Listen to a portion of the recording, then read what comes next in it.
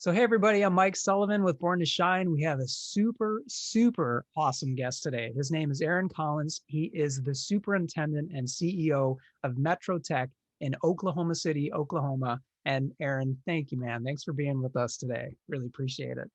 Hey, Mike, thank you for the invitation. It's great to be here. Thank you so much for being able to speak today and to be able to reach out and learn from each other. That's what it's all about. Totally. Well, we were just kind of chatting before I hit the record button. Would you mind sharing what Metro Tech is with all of our listeners? Because it's awesome. It's Well, amazing. I appreciate that. Absolutely. So, Metro Technology Centers, we're located in Oklahoma City, Oklahoma, and we'll service around 94,000 customers a year. Some of that is with training. We do business industrial training. We do short-term programs. We also do high school programs, adult programs. Some of our programs that most people know us for around here is our airframe and aviation program. So you can get an A&P or an airframe and power certification. Those are two different certifications for being able to do aviation mechanics. We are close to Midwest City, the home of Tinker Air Force Base, which is a fairly large Air Force base in the United States. And so we have a lot of our students then go in and work for them. That campus is actually at Will Rogers Airport. And we're one of the only schools that has a aviation campus actually on a World International Airport like that. Oh, wow. And so that's really That's cool. cool. Our students will graduate with that program certificate. Again, two certifications. We'll make somewhere starting out between $45,000 and $65,000 a year. We're grateful to American Airlines. American Airlines gave us um, an airplane to be able to use. We have it maintenanced and reviewed monthly to keep it up and running and available for our students' use. And so this is how great our program is. I'm just so proud of our faculty and staff and our administrators over there at the aviation campus. They do a super job. So when you think about aviation, you think about mechanics and passing that test. You think of Purdue University, Embry-Riddle, and then Metro Technologies is on that same list. Oh, wow. So Those are big schools. yeah, so I couldn't be more proud of that program. So from that, we have LPN, CNA, firefighting, police academy, unarmed security, and everything in the middle. So we're grateful to our community for the blessings that they give us, and I'm grateful to be able to work with them. Two of our campuses are in a persistent poverty and area in Oklahoma. Two of the three most impoverished zip codes in our state. And so we're working hard to bust out poverty. As you know, with poverty comes then problems with food, nutrition, eating, health. And so we have we teach and have Health Career Center. We also then have several community partners. Our local community partner, Perry Clausen Clinic, currently is in one of our buildings. And so we're able to assist them with that. We do early child care, including early Head Start with Sunbeam that will begin here in about 15 months. And then we do Head Start program with Community Action. So we do really wrap around and services for our community to bust out poverty. That's awesome. God, it's unbelievable. You guys offer everything. I think even you mentioned earlier on the creative side, if someone has a creative gift, I think you were Oh, mentioning something like filming, editing, all that. yeah. So yeah, two of our another two of ours is we actually have a marketing and media class in which they will produce their own marketing media materials, be able to print those off, and then we're able to wrap vehicles. So for an example of that, we recently purchased a fire truck for our firefighters. And so they talked to our marketing department, created then a Metro Tech fire logo, brought the fire truck here, and then put it the decals on the fire truck. So yeah, it's great to have like that. And then right now, today and actually yesterday, we hosted what was called Dead Center University. It comes from Dead Center Film, which is an event that happens every year in Oklahoma City over the last 7 years. Hmm. And so we're a big part of that. Film industry is becoming a pretty big deal in Oklahoma City right now. Prairie Surf just moved in. We also have some other film industry, green pastures, studios, and others that we're learning to have, learning about and having partnerships and looking to grow those partnerships with those film industry and companies. But Harry Hulan is one of our teachers, does an excellent job, and is our film teacher. And I never knew, I know you know this, Mike, I never knew what was in the background for me to be able to enjoy a 2.5 hour film with my family. But wow, when you start thinking about the lights and you think about the makeup and you think about the vehicles and then the lines and the that they have to learn, and just so much to it than what I realize and what probably many people don't realize as you just sit there and enjoy it with your family with a popcorn and a Coke. No, I'm the same way, Aaron. I had no idea. I'm originally from the Midwest, from Illinois and Chicago, and now I live in California, in Los Angeles in particular. So it's the whole movie biz out here, and I'm close to Studio City, where they make all the movies, and just developing friendships with either editors or set designers or Yeah, the boom operators. Who would have known? yeah, Yeah, boom operator holding the boom with the mic, a bunch yeah, of actors. Yeah, there's it's a massive team. It's it is. So thousands of people to make one it movie. is. So we're grateful that we're in that and That's have awesome. the opportunity to be able to train students in that industry and to do that. How cool is that? So, this kind of leads perfectly into these questions. So, since I think you're supporting, I think you said 94,000 students. Yeah, well, some of those are adult, and some of those are high school. But when you compensate everything that we do, including business training, we'll see somewhere around 94,000 people come through. Um, Something that we do here at Metro Tech. Yes, sir. That's incredible. Wow, almost 100,000 people.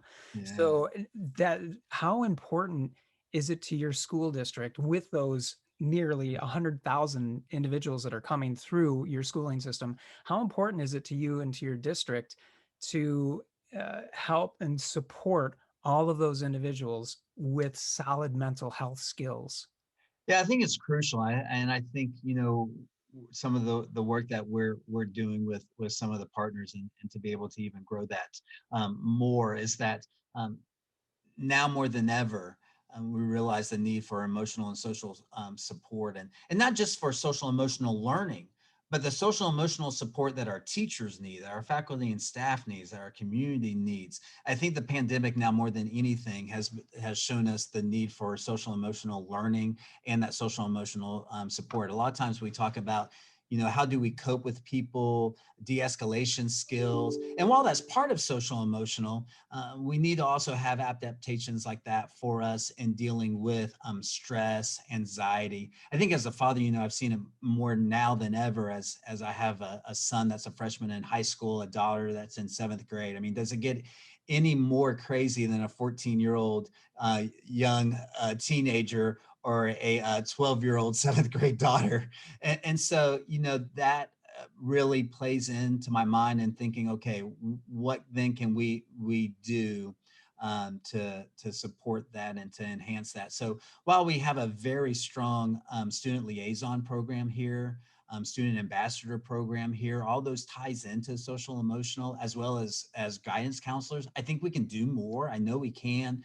Really wanting to add a full-time psychologist to our team. I think the numbers are there for us to be able to do. So being wide open, it hits the heart. I just heard my daughter just uh, have an anxiety attack in front of me as she found out her school was going back to live in-person learning after a pandemic.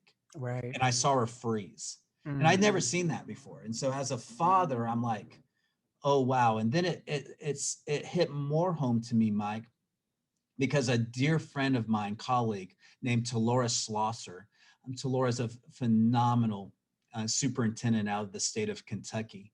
And she's created what's called Ray of Sunshine. And Hmm. it's named after her daughter, Ray, who a few years ago um, had a tragedy and committed suicide while she was a student at University of Kentucky. I'm so And so sorry. that goes to exactly with what you're talking about, Mike, and the need for us to find those ray of sunshine Yeah. and to share that with others and to give real live tools in people's toolbox, not only no matter the age, for them to have coping skills and how to deal with social and emotional needs that they're having. Aaron, bless your heart, man, because that's what you said it really hit me because well, first of all, I'm sorry that your daughter is going through that, and I'm really sorry also for your friend and for their loss. Yeah. But the part that you said that's so compelling is at any age, and that's so Yeah. true, right? Because it's kids are struggling, young adults are struggling, older adults. It's anxiety and depression.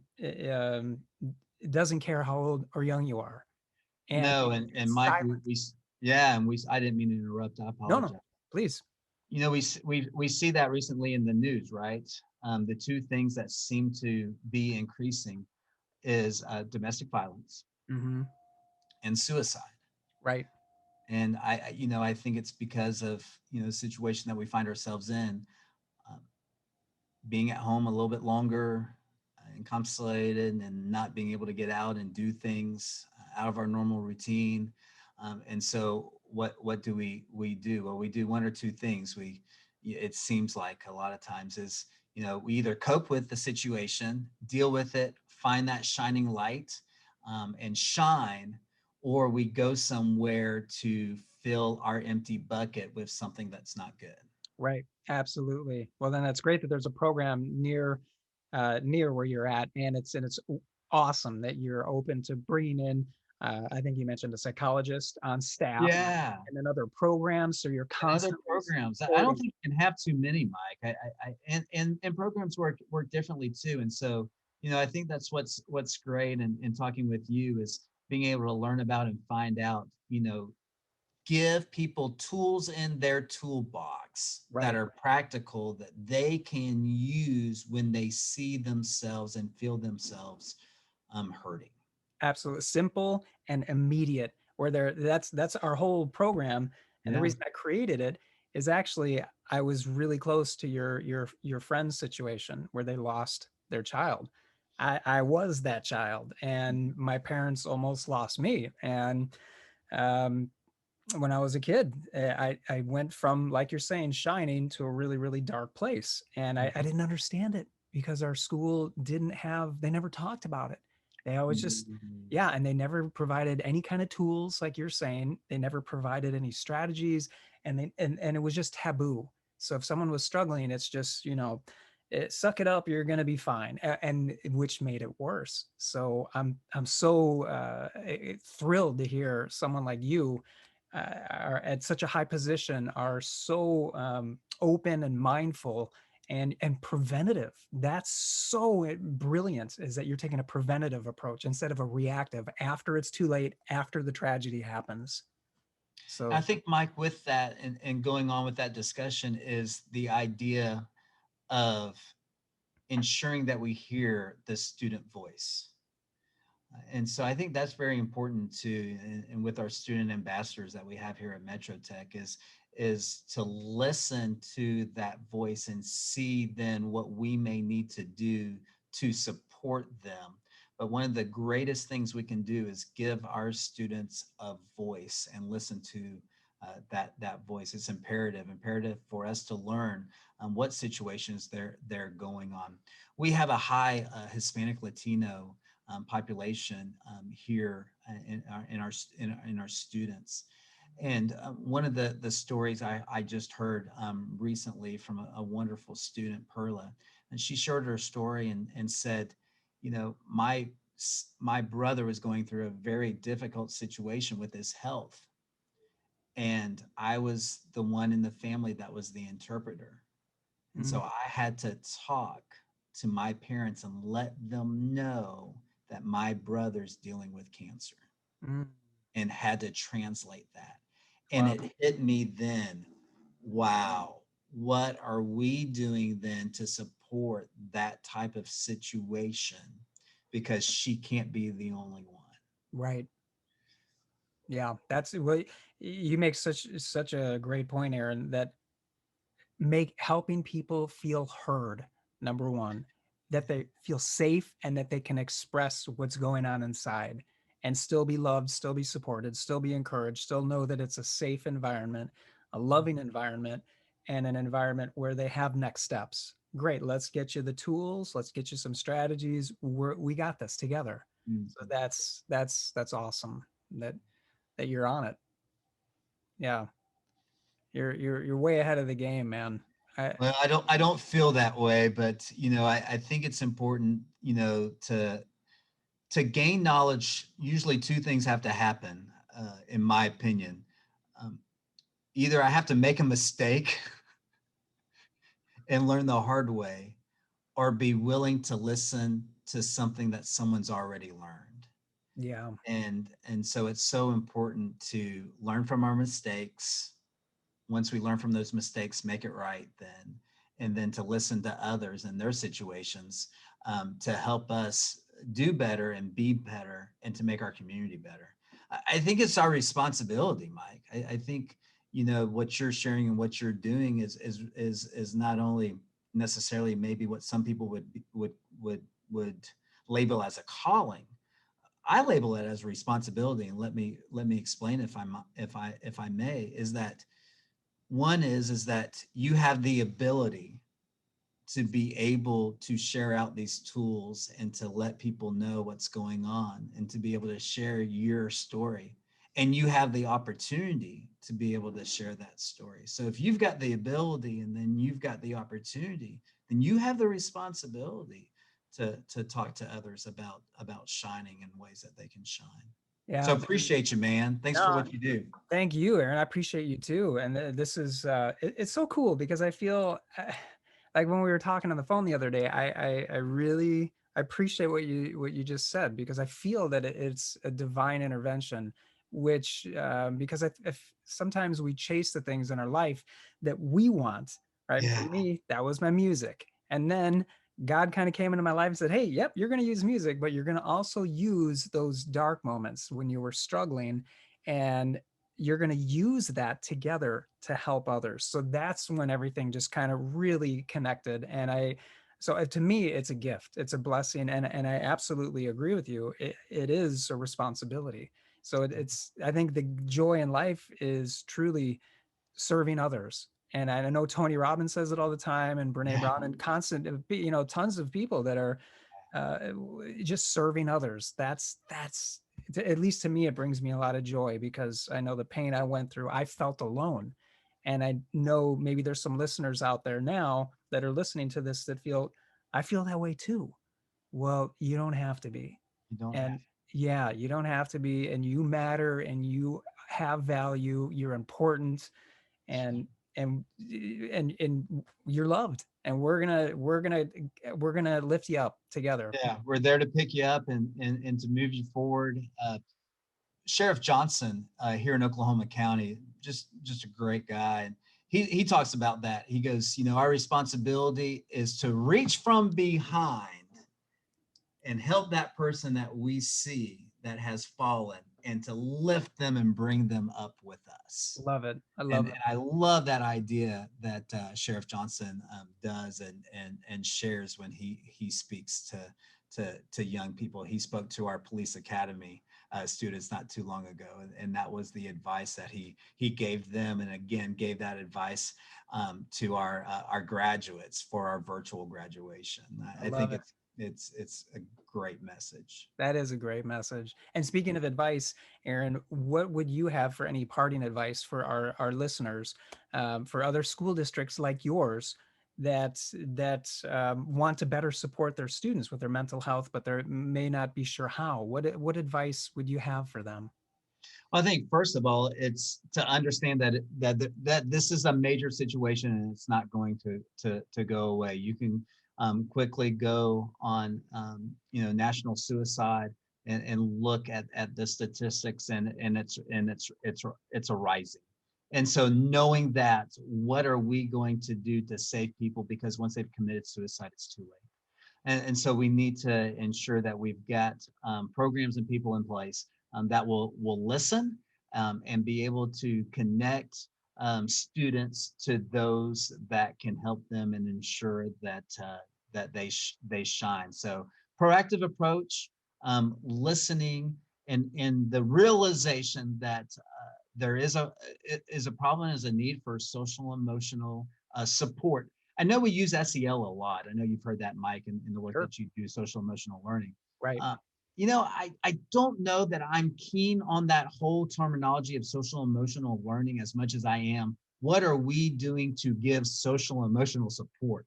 Mm, Let's change the dialogue. yeah. Let's get to reality and realize I don't need to learn about social emotional as much as I know that there's a social emotional problem and issue in our society. So Right. let's get that out of the way, Right. and let's come to grips that there is a problem um, in the United States of social emotional. Now let's figure out what can we do for social emotional support. Here's what I'm begging. United States Senate, House, if you're listening, continue to help and support Americans with the CARES Act, but put money away for social emotional support. When these programs go away in the next 60 to 90 days, people are going to be hurting because they're going to be evicted. Not only are they going to be evicted, they're going to lose their homes. They're going to be on support and things that they've never thought would ever happen to them. So please put funding for social emotional support for our students. Put guidance counselors, one for every 300 students and every single school building in the United States. Give us psychologists that we can use for every district in the United States. That's the way we need to support this, in my opinion, Mike, and to have social emotional support. We've learned, we got the knowledge. Now let's do something with that knowledge that we have about social emotional learning. I couldn't have said it better. Everything you just said, I completely agree. I love it. I love your passion about this because this is what I've dedicated my life to, with what I went through and struggled and got through Mhm. the other end with the help of my pastor, of my professors at college, of coaches, of everyone, parents and people like you lifting me up. And now I want to share it. But I love that you just said what you said, Aaron, because Yeah. couldn't agree more. To have more in the budget for the entire country, to help every student, to help staff members, to help the parents, to help the entire community. So I couldn't agree We with do. I think it continues going to be something that we're just, throwing. We've got to get serious about, the problem. We've done this with everything else, right? We do this. We have programs about poverty. We have programs about food deserts. Where's our program about social and emotional? We've taken it out of Department of Corrections. I mean, we can go on, and I apologize, Mike. no, no, no, no. I love it. You're passionate. Bring it But on. we've got to put the funding back, because in these programs with Department of Corrections back into our schools, so that there's a place for these people.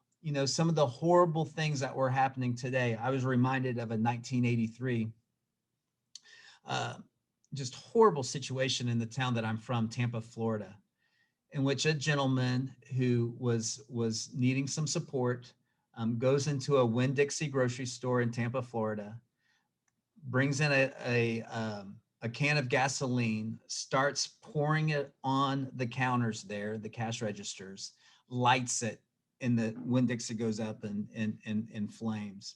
It's still one of the most horrific scenes that's ever happened in Tampa, Florida. Mm, Let's give supports to people. yeah. Let's give social emotional supports to those who are hurting. Find out the root cause and give them tools to be able to cope with that. Amen. And we could go on and on about things that have happened in America because of that. And so we need to have supports. I couldn't agree more. Aaron, that was amazing. Thank you so much. Well, and even just to echo what you're saying, anxiety and depression doesn't care if you're black or white. No. Anxiety and depression doesn't care if you're a man or a woman, if you're young or if you're old, if you're rich or if you're poor. Anxiety is and depression are silent killers. And You think about California, Mike, right? And one of my favorite all-time actors growing up in the 80s, graduating in 1990. I mean, I loved Robin Williams. oh, I mean, one of my favorites too. One of my yeah, favorites. I mean, how can you not love Mork and Mindy and Genius. yeah, and some of the other movies that he did where you just see his emotions and pouring out in the work that he did.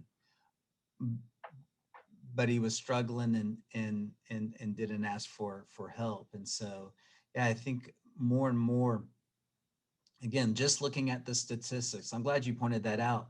Before we used to talk about that, right? It's a race thing, or it's a male or female thing. Mm, And all of the data points now are saying that's not the case. it's a human thing.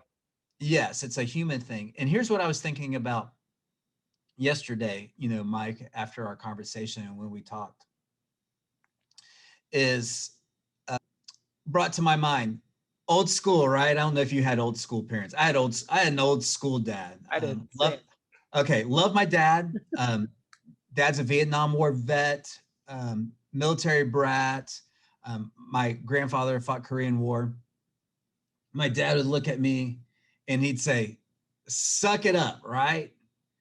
Um, Sticks and stones will break your bones, but words will never hurt you. And names will never hurt you." Mm. You know what? Dad was wrong. Same with mine. Same with my dad. I had the same. Dad was wrong. Yeah. Words have meaning and they hurt. And anyone that is a Bible reader will know that because all you have to do is read the book of James.